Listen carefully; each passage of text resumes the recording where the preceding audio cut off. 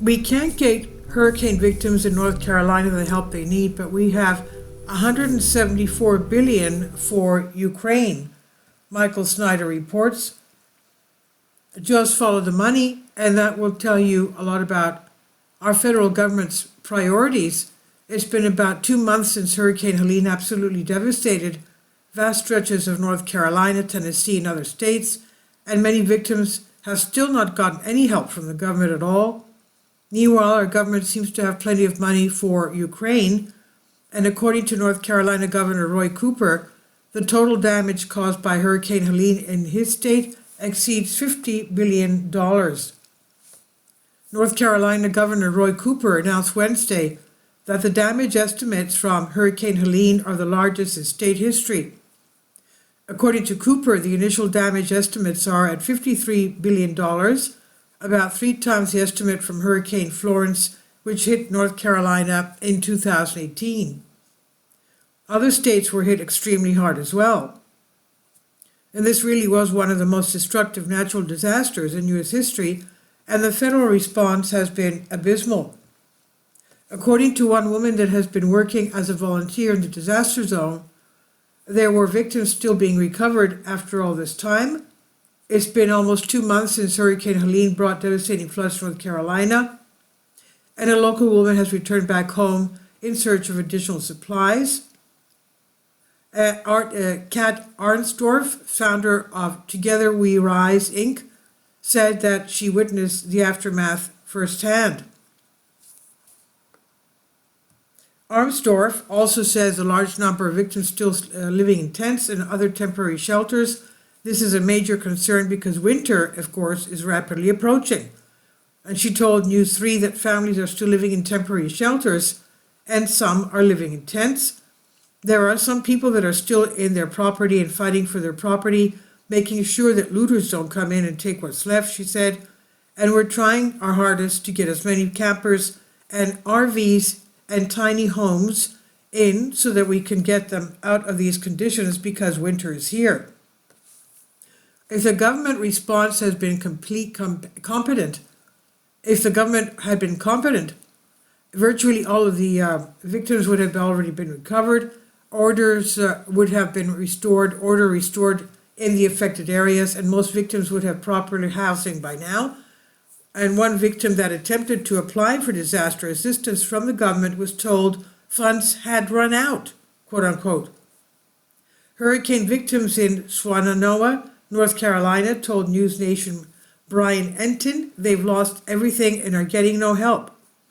A woman who asked to be identified as Sarah, whose family is now living in a trailer, said her family had to pay an additional $130 per month for a portable toilet. Sarah was hoping to receive disaster assistance from the government, only to be told that funds had run out. We already have it so rough, and not to be able to get the financial help we need, it's really awful, Sarah said. So are you kidding me? Meanwhile, billions of U.S. taxpayer dollars continue to be spent on the conflict in Ukraine.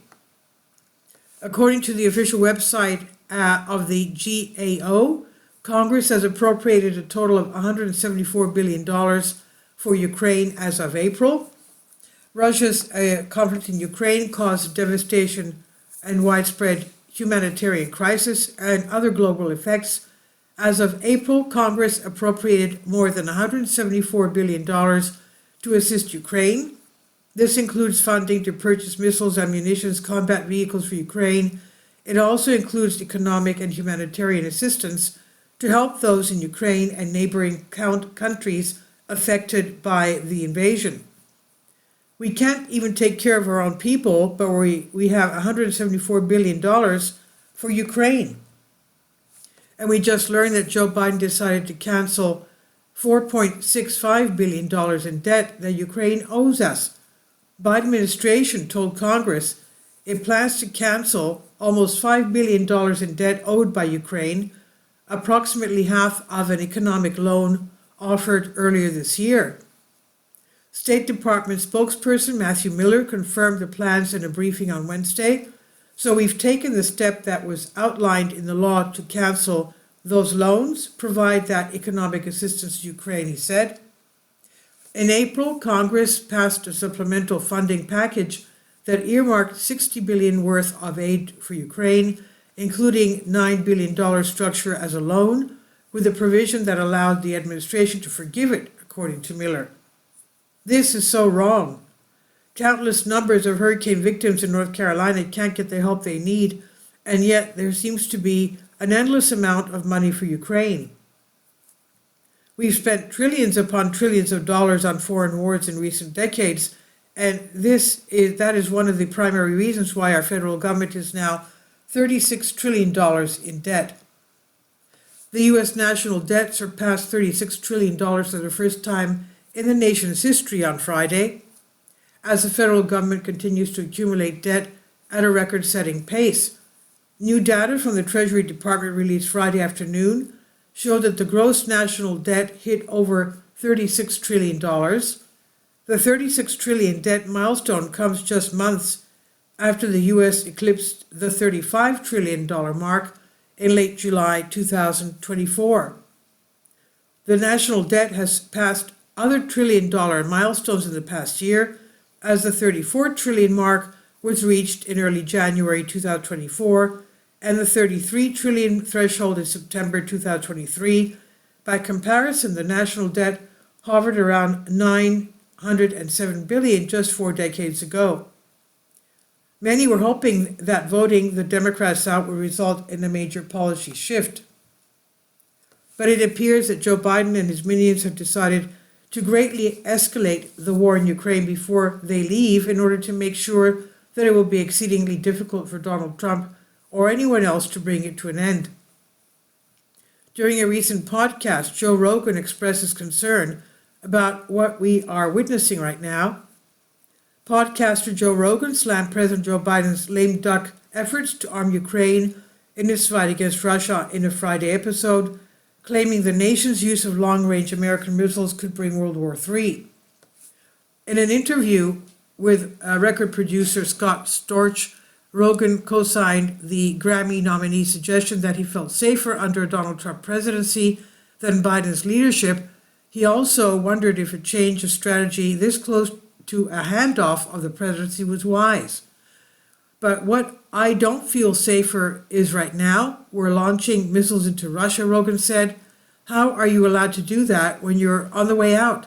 Like the people don't want you to be there anymore? This should be some sort of like a pause for like significant actions that could potentially start World War III. By dragging us into the brink of nuclear war just before he leaves office, Joe Biden is defiantly contradicting the will of the American people. One of the big reasons why so many Americans voted against the Democrats is because they have become a party of warmongers. If a full-blown nuclear war erupts, that will be the end of America as we know it today. We didn't want that. So Joe Biden should have never given Ukraine the green light to launch long-range missiles provided by the United States into Russia. Instead, we should have spent that money on our own people because there are so many victims in North Carolina that are deeply suffering at this moment. And this is by Michael Snyder on the Economic Collapse blog. Please leave your comments and thank you for your support. About the author, Michael Snyder's new book, Why, is available on paperback and for Kindle on Amazon. He's also written 8 other books available on Amazon, including Chaos, End Times, 7-Year Apocalypse, Lost Prophets in the Future of America, The Beginning of the End, and Living a Life That Really Matters. When you purchase any of Michael's books, you help to support the work that he's doing. You can also get his articles by email as soon as he publishes them by subscribing to his Substack newsletter. Michael has published thousands of articles on the Economic Collapse blog, End of the American Dream, and the Most Important News, and he always freely, happily allows others to republish those articles on their own websites. These are such troubled times and people need hope. John 3:16 tells us about the hope that God has given us through Jesus Christ. For God so loved the world that he gave his only begotten Son, that whosoever believeth in him should not perish but have everlasting life. If you have not already done so, we strongly urge you to invite Jesus Christ to be your Lord and Savior today. Please leave your comments and thank you for your support. Support my Patreon account. The daily posts are 5 videos daily, and they are totally different from what I have on my YouTube channel. Thank you so much for your support and that you find all my content so interesting. You'll find the Patreon account details in the description box below.